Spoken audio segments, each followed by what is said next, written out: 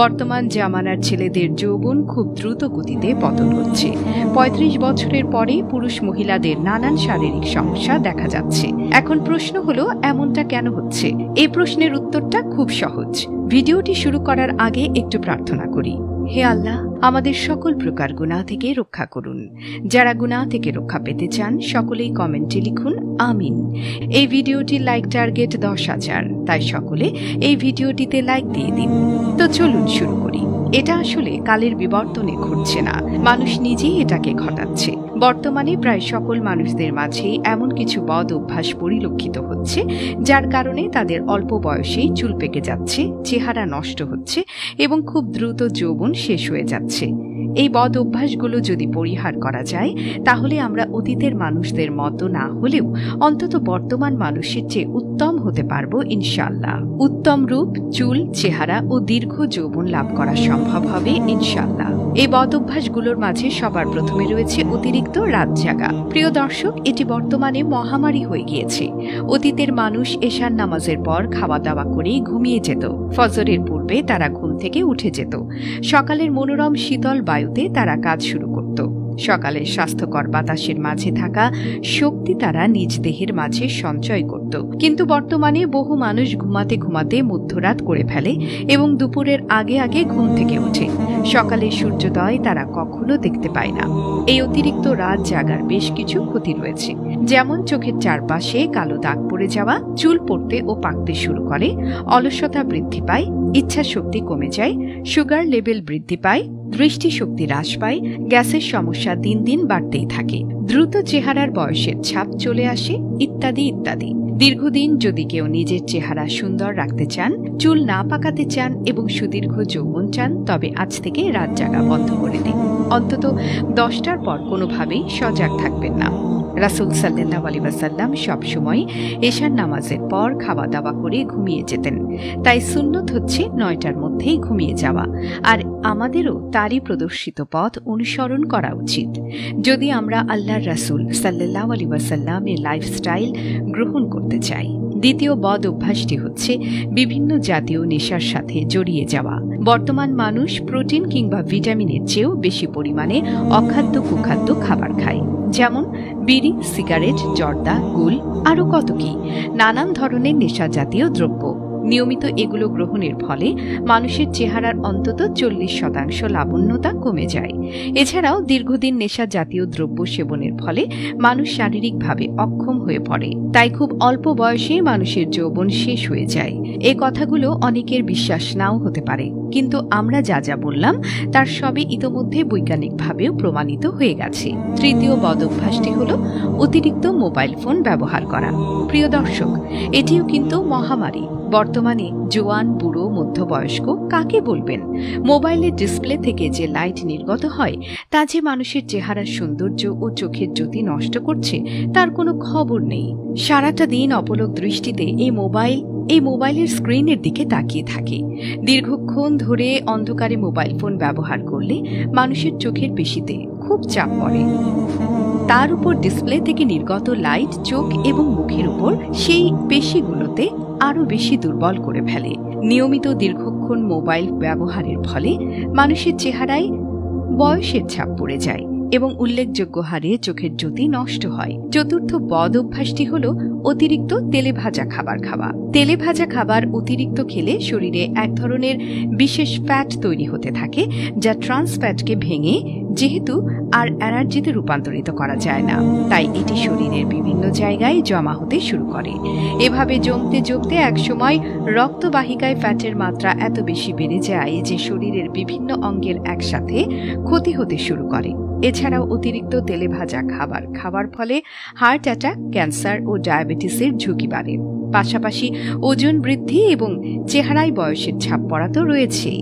সেই সময় অবস্থা এমন হয়ে যায় যে মানুষ না পারে শান্তিতে বাঁচতে, না পারে মরতে। তাই আল্লাহ যতদিন হায়াত দিয়েছেন সে সময়টুকু যদি শান্তিতে বাঁচতে চান এবং দীর্ঘদিন চেহারার লাবণ্যতা, নুরানি, সৌন্দর্য এবং যৌবন ধরে রাখতে চান, তাহলে আজ থেকেই অতিরিক্ত তেলে ভাজা খাবার বন্ধ করুন আর স্বাস্থ্যকর তেল খাওয়ার অভ্যাস গড়ে তুলুন। আমাদের দেশের সয়াবিন তেল যেটা পাওয়া যায় সেটা সাধারণত হিটিং প্রসেসের মাধ্যমে দিয়ে আসে বলেই ন্যাচারাল যে অ্যাক্টিভিন ইনগ্রিডিয়েন্টসগুলো সেগুলো পাওয়া যায় না। সবচেয়ে ভালো হয় যদি ঘানি ভাঙা সরিষার তেল ব্যবহার করা যায়।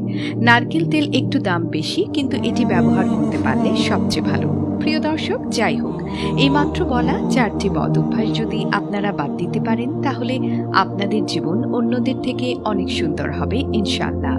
এই বদ অভ্যাসগুলো বর্জনের পাশাপাশি কিছু খাদ্য আপনারা নিয়মিত খাবেন, এতে করে আপনারা অনেক উপকার পাবেন ইনশাআল্লাহ। যেমন বেশি পরিমাণে শাকসবজি, যে কোনো ধরনের বাদাম, মধু, কিশমিশ, খেজুর, জয়তুন ইত্যাদি। এই খাবারগুলো আপনারা রোজকার তালিকায় যোগ করলে এবং ভিডিওতে যে 4টি বদ অভ্যাস সম্পর্কে আলোচনা করলাম সেগুলো বর্জন করলে আমি গ্যারান্টি দিয়ে বলছি ইনশাআল্লাহ আপনার চেহারা নুরান্বিত হয়ে যাবে। আল্লাহ আমাদের রাসূলের সুন্নাহ অনুযায়ী জীবনযাপন করার তৌফিক দান করুক, আমিন। এর সাথে সাথে আরো কিছু কথা বলতে চাই। ঈমানের পর সবচেয়ে গুরুত্বপূর্ণ বিষয় হলো নামাজ। রাসূলুল্লাহ সাল্লাল্লাহু আলাইহি ওয়াসাল্লাম আল্লাহর পক্ষ থেকে বারবার নামাজের তাগিদ পেয়েছেন। কুরআন পাকে আল্লাহ তাআলা বিভিন্ন জায়গায় সরাসরি 82 বার সালাত শব্দ উল্লেখ করে নামাজের গুরুত্ব তুলে ধরেছেন। তাই প্রিয় নবী সাল্লাল্লাহু আলাইহি ওয়াসাল্লাম নামাজকে ঈমানের পর স্থান দিয়েছেন। নামাজের গুরুত্ব ও ফায়দা সম্পর্কে সাহাবায়ে কেরামের সামনে অসংখ্য হাদিস বর্ণনা করেছেন। তন্মধ্যে একটি হলো হযরত আব্দুল্লাহ ইবনে মাসউদ রাদিয়াল্লাহু তাআলা আনহু থেকে বর্ণিত। তিনি বলেন, আমি রাসূলুল্লাহ সাল্লাল্লাহু আলাইহি ওয়াসাল্লামকে জিজ্ঞাসা করলাম, হে আল্লাহর রাসূল, আল্লাহর কাছে সবচেয়ে বেশি প্রিয় আমল কোনটি? রাসূলুল্লাহ সাল্লাল্লাহু আলাইহি ওয়াসাল্লাম বললেন, নামাজ। বুখারী ও মুসলিম। উল্লেখিত হাদিস বর্ণনা প্রসঙ্গে বিশিষ্ট ইসলামী স্কলার আল্লামা মোল্লা আলী কারি রাহমাতুল্লাহি আলাইহি বলেন, এ হাদিসের মাধ্যমেই আলেমগণ ঈমানের পর নামাজকে সবচেয়ে গুরুত্বপূর্ণ বিষয় মনে করেন। হযরত আবু হুরায়রা রাদিয়াল্লাহু আনহু বর্ণনা করেন, রাসূলুল্লাহ সাল্লাল্লাহু আলাইহি ওয়াসাল্লাম ইরশাদ করেছেন, আল্লাহ তাআলা মনোনীত সর্বোত্তম আমল হলো নামাজ। অতএব যে বেশি বেশি নামাজ পড়তে সক্ষম সে যেন বেশি বেশি নামাজ পড়ে। তাবারানী। প্রিয় নবী সাল্লাল্লাহু আলাইহি ওয়াসাল্লাম নামাজের গুরুত্ব বোঝাতে হাদিসের মাধ্যমে একটি উপমা প্রদান করেছেন। হযরত আবু যর গিফারি রাদিয়াল্লাহু তাআলা আনহু বর্ণনা করেন যে নবী সাল্লাল্লাহু আলাইহি ওয়াসাল্লাম একসময় শীতকালে বাইরে তাশরিফ আনলেন। তখন গাছের পাতা ঝরার মৌসুম ছিল। নবী করিম সাল্লাল্লাহু আলাইহি ওয়াসাল্লাম গাছের একটি ডাল হাত দিয়ে ধরলেন, ফলে তার পাতা আরো বেশি ঝরতে লাগল। অতঃপর তিনি বললেন, হে আবু যর, আমি বললাম, হে আল্লাহর রাসূল, আমি উপস্থিত। তখন রাসূলুল্লাহ সাল্লাল্লাহু আলাইহি ওয়াসাল্লাম ইরশাদ করলেন, মুসলমান বান্দা যখন আল্লাহর সন্তুষ্টির জন্য নামাজ আদায় করে তখন তার থেকে পাপসমূহ ঝরে পড়ে, যেমন এ গাছের পাতা ঝরে পড়ছে। মুসনাদে আহমদ। নামাজই একমাত্র ইবাদত যার মাধ্যমে মানুষ দুনিয়ার সব কাজ ছেড়ে শুধুমাত্র আল্লাহর জন্য নিবেদিত হয়ে যায়। এ নামাজই মানুষকে দুনিয়ার সব পাপ পঙ্কিলতা থেকে ধুয়ে মুছে পাক সাফ করে দেয়, দুনিয়ার সব অন্যায় অনাচার থেকে হেফাজত করে। পরিশেষে নামাজের প্রতি যত্নবান হওয়া মুমিন মুসলমানের ঈমানের দাবি ও ফরজ ইবাদত। নামাজি ব্যক্তি হলো সফল, যার সুস্পষ্ট বর্ণনা দিয়েছেন প্রিয় নবী। তিনি বলেছেন, যে ব্যক্তি নামাজের প্রতি যত্নবান থাকে কিয়ামতের দিন ওই নামাজ তার জন্য নূর হবে এবং হিসেবের সময় নামাজ তার জন্য দলিল হবে এবং নামাজ তার জন্য নাজাতের কারণ হবে। পক্ষান্তরে যে ব্যক্তি নামাজের প্রতি যত্নবান হবে না কিয়ামতের দিন নামাজ তার জন্য নূর ও দলিল হবে না, তার জন্য নাজাতের কোনো সনদও থাকবে না, বরং ফিরাউন, হামান ও উবাই ইবনে খালফের সাথে তার হাসর হবে। আল্লাহ তাআলা মুসলিম উম্মাহকে সহিহ তরিকায় সঠিক পদ্ধতিতে নির্ধারিত সময়ে নামাজ আদায় করার তৌফিক দান করুন। ফরজ নামাজ আদায়ের পাশাপাশি নফল নামাজ আদায় করার তৌফিক দান করুন।